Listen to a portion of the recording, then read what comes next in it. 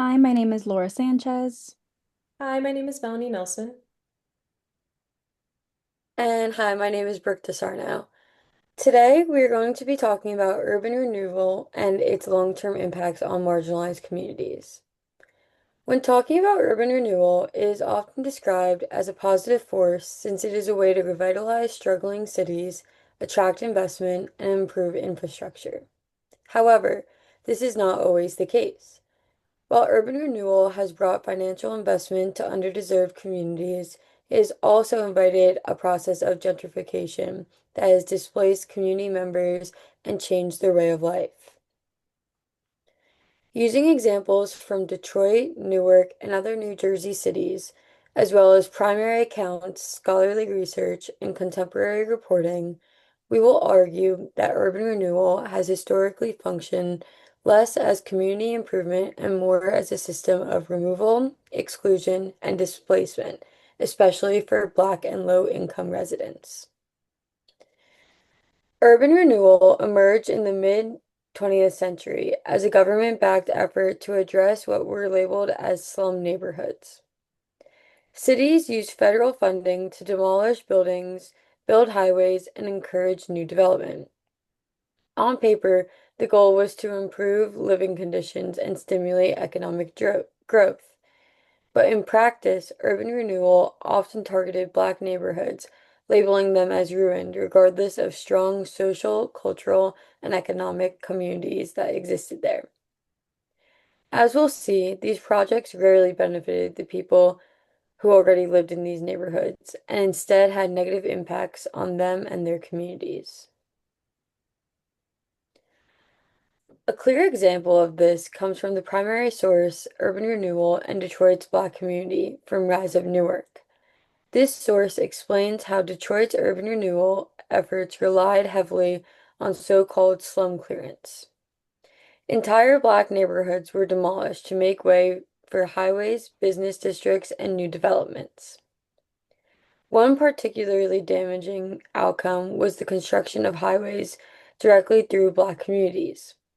As the source explains, highways were built in the heart of Black communities in Detroit, Newark, and dozens of other cities, displacing thousands of residents, destroying and destabilizing Black communities, and weakening Black political power. This quote shows that urban renewal didn't just remove homes, it dismantled community networks, political influence, and cultural spaces. Families were displaced with little to no compensation, and many were forced into overcrowded housing elsewhere.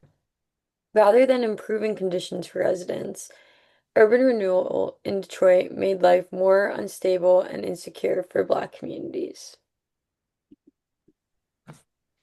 Urban renewal's impact becomes even clearer when we hear from the people who lived through it. In Katie Singer's article, Over My Dead Body, we hear a first-hand account from Newark residents who experienced displacement as a result of urban renewal. The construction of the College of Medicine and Dentistry was going to take land away from Newark's neighborhoods during the 1960s.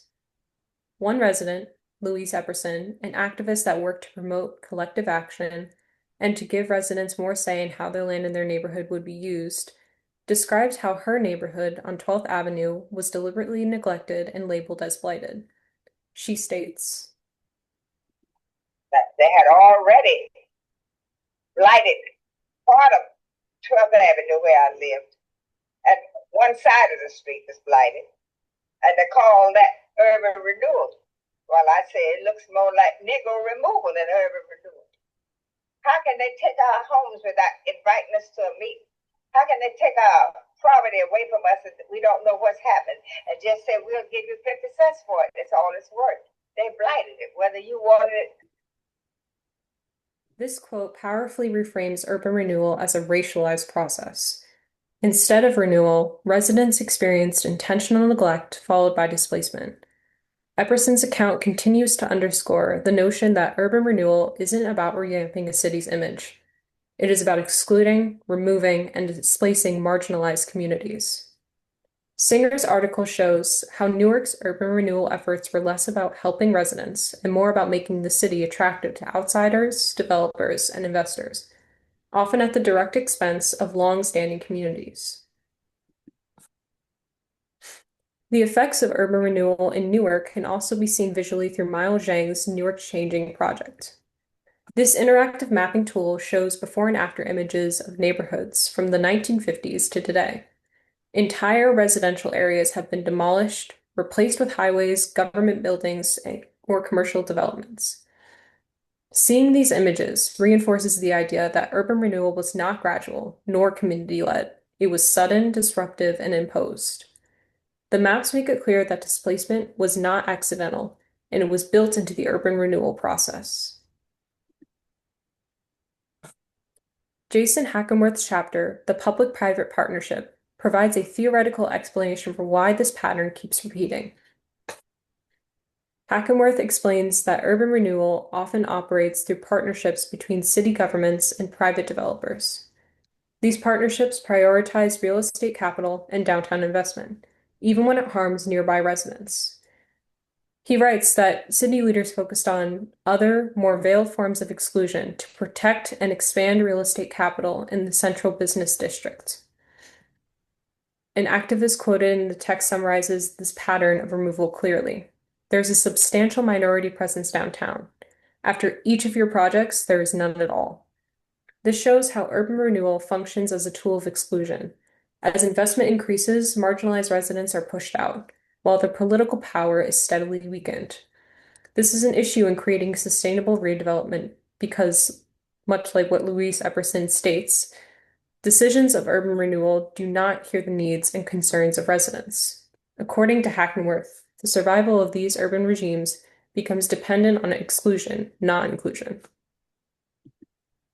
Urban renewal did not end in the 20th century. It continues today in new forms.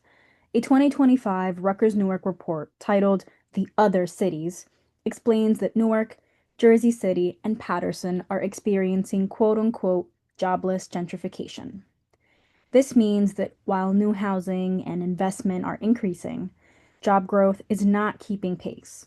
As the report states, quote, investment in expensive market rate new housing and investor-led renovations raise prices without corresponding job growth, end quote. Even when cities require some affordable housing, there are still not enough units to meet demand. As a result, longtime residents are increasingly priced out. This shows that modern urban renewal still leads to displacement, just more quietly and gradually.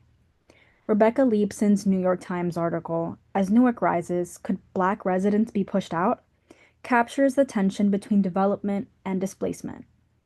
While Newark has finally begun attracting investment after decades of neglect, many residents worry they will not benefit. One resident states, quote, it's not for us Black people. We're not going to benefit from it, end quote. Others worry that development downtown will spread into residential neighborhoods, raising rents and housing costs. This reflects a recurring pattern. Investment arrives, prices rise, and longtime residents are ultimately forced to leave. In conclusion, while urban renewal has attracted financial investment to underserved communities, it has consistently invited gentrification, displacement, and social destabilization.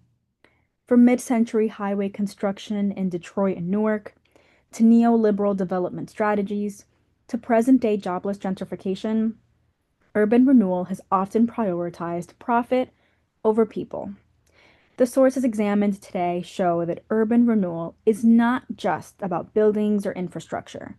It is about who belongs in the city and who is inevitably pushed out. Urban renewal is not a problem we have outgrown. It is one we are actively moving toward. Understanding this history is essential if cities hope to pursue development that is truly equitable, inclusive, and rooted in the needs of existing communities. Thank you.